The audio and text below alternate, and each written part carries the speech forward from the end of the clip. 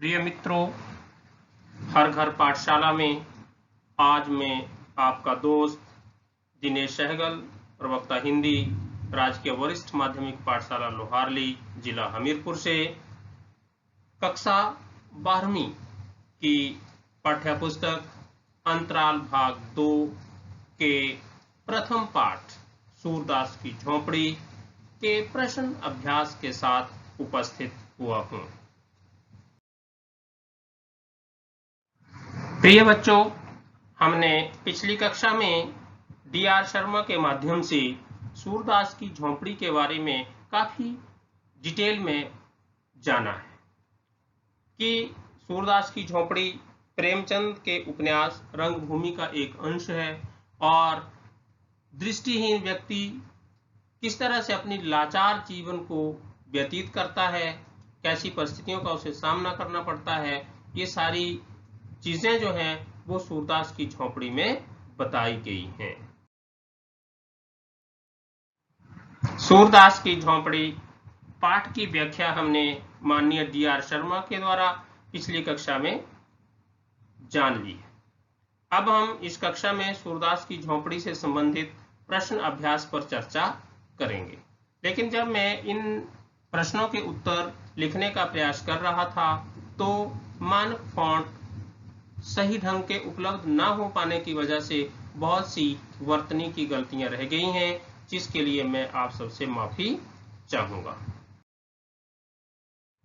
इस पाठ के अंत में कुल 7 प्रश्न हैं और इन 7 प्रश्न जो प्रश्न अभ्यास में दिए गए हैं, इनके ऊपर हम एक एक करके चर्चा करेंगे।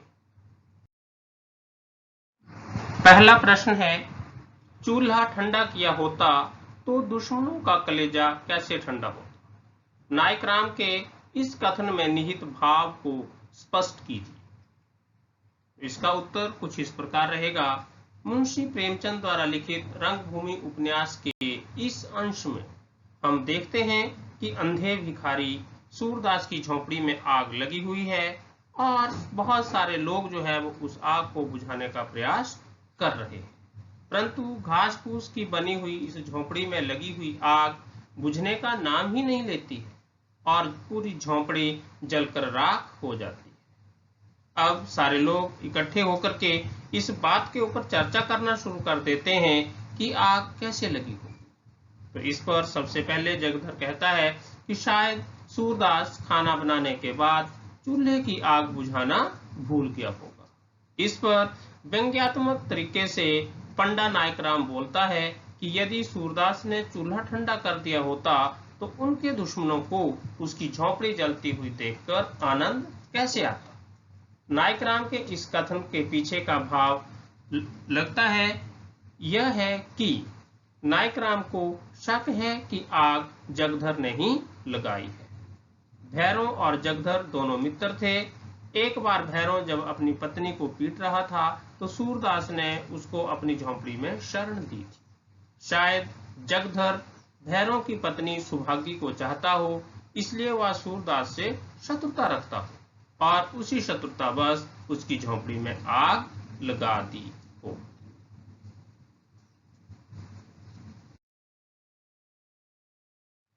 इस पाठ का दूसरा प्रश्न है, भैरों ने सूरदास की झोंपड़ी क्यों जलाई? तो इसका उत्तर इस प्रकार रहेगा। रंगभूमि उपन्यास के इस अंश में हम देखते हैं कि सुभागी की सास अर्थात भैरों की मां उससे शत्रुता रखती थी और भैरों के हाथों उसे पिटवाने की लगातार कोशिश करती रहती थी। एक बार भैरों ताड़ी पी रहा था और उसने अपनी पत्नी सुभागी को मदिरा के साथ कुछ खाने के लिए बनाने को कहा, लेकिन घर पर कोई सामान उपलब्ध ही नहीं था, तो सुभागी ने चबैना बनाने से इनकार कर दिया। इस बात से क्रोधित होकर पीटने के बहाने ढूंढने वाला उसका पति भैरों अपनी पत्नी सुभागी को पीटना शुरू कर देता है। सुभागी उसकी मार से बचने के लिए वहां से भागती है और पास ही में स्थित सूरदास की झोंपड़ी में शरण ले लेती है। भैरव भी उसका पीछा करता हुआ वहां जा पहुंचता है और सूरदास के सामने अपनी पत्नी को पीटने लगता है। लेकिन सूरदास ने अपने सामने किसी स्त्री पर हाथ न उठाने की चेतावनी दी और कहा कि वह उसे सुभागी को इस तरह अपने सामने मारने पीटने नहीं देगा।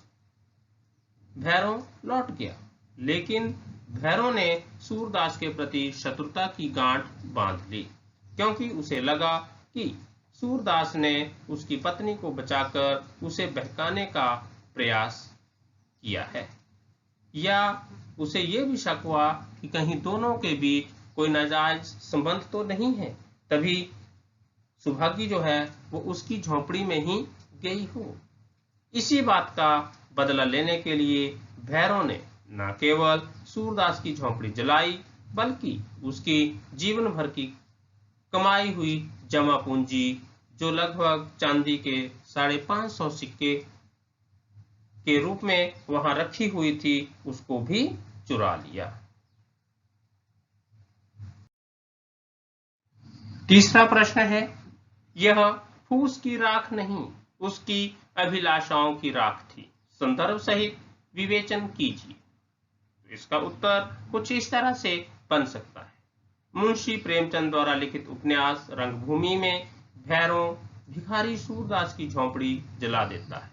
सूरदास झोंपड़ी की राख पर बैठा हुआ सोचता है कि यह राख केवल उस घास फूस की ही नहीं है जिससे वह झोंपड़ी बनी हुई थी, बल्कि उसकी इच्छाओं और अभिलाषाओं की भी राख थी, क्योंकि इस आग में न केवल वह घास फूस ही जला था, बल्कि उसकी उम्र भर की कमाई लगभग 550 चांदी के सिक्के भी जल गए थे, जिन चांदी के सिक्कों से वह अपनी बहुत सारी इच्छाओं और अभिलाषाओं की पूर्ति करना चाहता था। जिनमें से उसकी कुछ इच्छाएं और अभिलाषाएं इस प्रकार हैं। वे अपने पोते मिट्ठू की शादी करवाना चाहता था, ताकि उसकी बहू घर आ जाए और उसे रोटी पकाकर दे सके।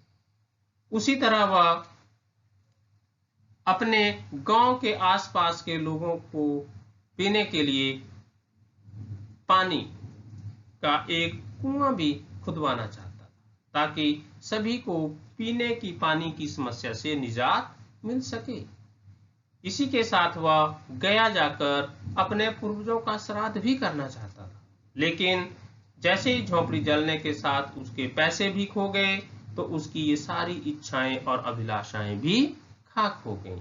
इसीलिए कहा गया है कि यह फूस की राख नहीं, उसकी अभिलाषाओं की राख थी।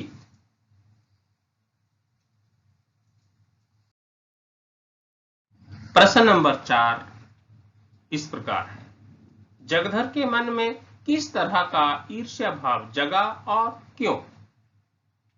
उत्तर, जगधर पर जब नायक राम पंडा ने आग लगाने का शक जाहिर किया, तो जगधर तुरंत अपने प्रिय मित्र भैरव के पास चला गया। उसे यह बताने लगा कि लोग भैरव और उसके ऊपर जो है वो आग लगाने का आरोप लगा रहे हैं। तो भैरव ने उसे बताया कि उसे इस बात से कोई फर्क नहीं पड़ता है कि लोग उसके ऊपर आरोप लगा रहे हैं, क्योंकि किसी के पास उसके विरुद्ध कोई सबूत नहीं है।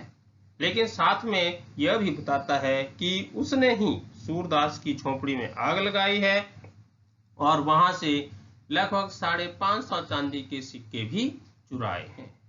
यह बात सुनकर जगधर को भैरव से ईर्ष्या होने लगी कि भैरव को बिना मेहनत किए केवल एक बेईमानी अर्थात एक चोरी करके ही इतनी बड़ी रकम मिल गई है, जबकि वह रोज खुद बहुत सी बेईमानी वाले कार्य करता है, जैसे कि लगातार कम तोलकर मिठाई बेचता है, तेल में बनी हुई मिठाई को शुद्ध देसी घी की मिठाई बताकर बेचता है, लेकिन फिर भी कभी भी वह 1 या 2 से ज्यादा चांदी के सिक्के इकट्ठे नहीं कर पाया है, और भैरव ने एक चोरी करके ही इतनी बड़ी रकम प्राप्त कर ली है।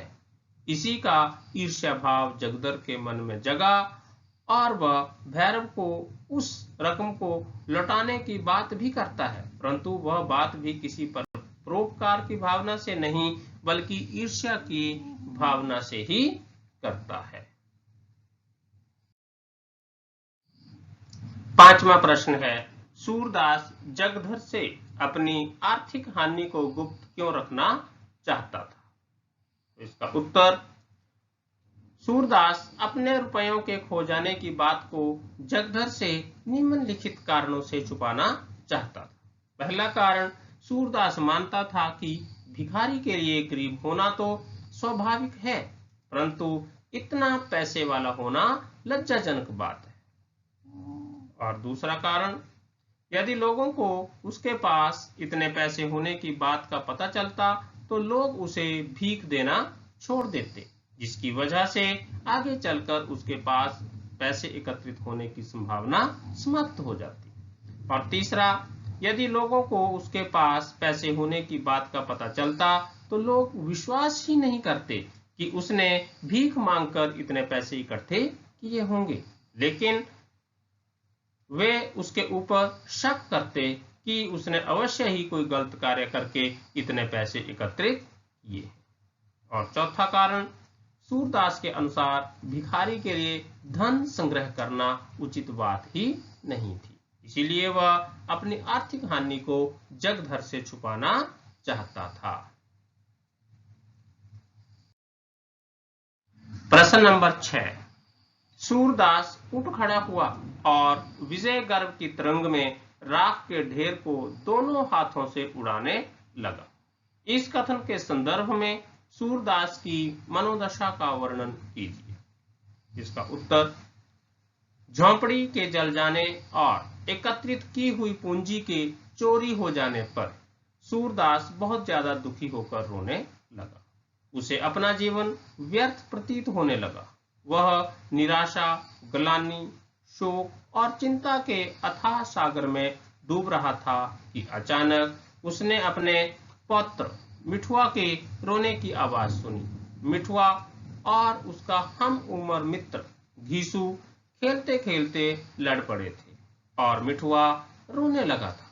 उस पर घीसू उससे कह रहा था कि खेल में रोते हो, अर्थात खेल में भी कोई रोता है। वह यह कहकर उसे चिढ़ा रहा था। सूरदास को मानो गुरु मंत्र मिल गया। उसे लगा कि किसी ने उसे शोक और चिंता के अथाह सागर से खींचकर बाहर निकाल दिया हो। उसने सोचा कि वह भी तो इस जीवन रूपी खेल का एक खिलाड़ी ही है। फिर जीवन रूपी खेल में एक बाजी हार कर रोना नहीं चाहिए।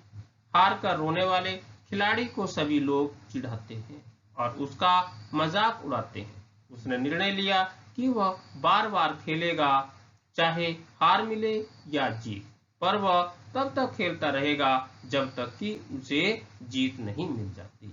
वह हार से कभी भी घबराएगा नहीं। उसकी मनोदशा बदल गई और वह आशा और उत्साह से भरकर बच्चों की तरह झोंपड़ी की राख को मुट्ठी में भर भर कर उड़ाने लगा। प्रश्न नंबर 7, तो हम 100 लाख बार बनाएंगे।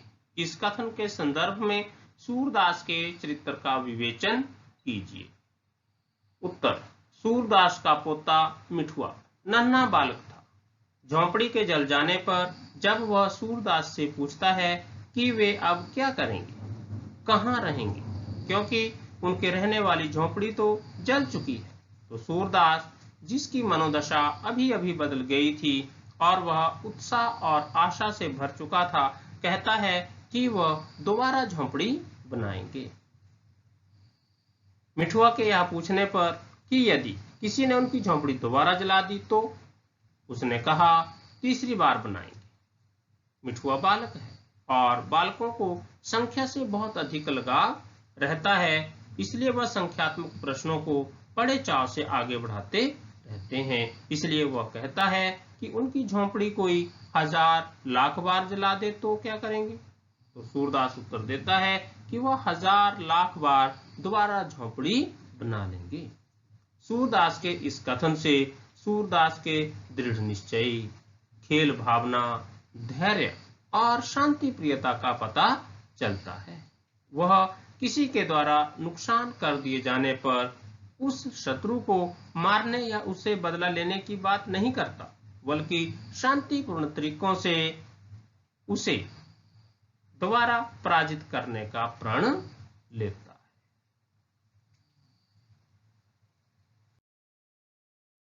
तो इस तरह से हमने सभी 7 प्रश्नों को एक एक करने का प्रयास किया है। अंत में एक बार फिर मैं आप लोगों से यही बात कहूंगा कि इन प्रश्नों को टाइप करते समय बहुत सी वर्तनी की अशुद्धियां रह गई हैं, जो कि मेरे पास कोई मानक फॉन्ट सही ढंग का नहीं होने की वजह से रही हैं। इसके लिए मैं आप लोगों से एक बार फिर माफी चाहूंगा। इसी के साथ जय हिंद, जय हिमाचल।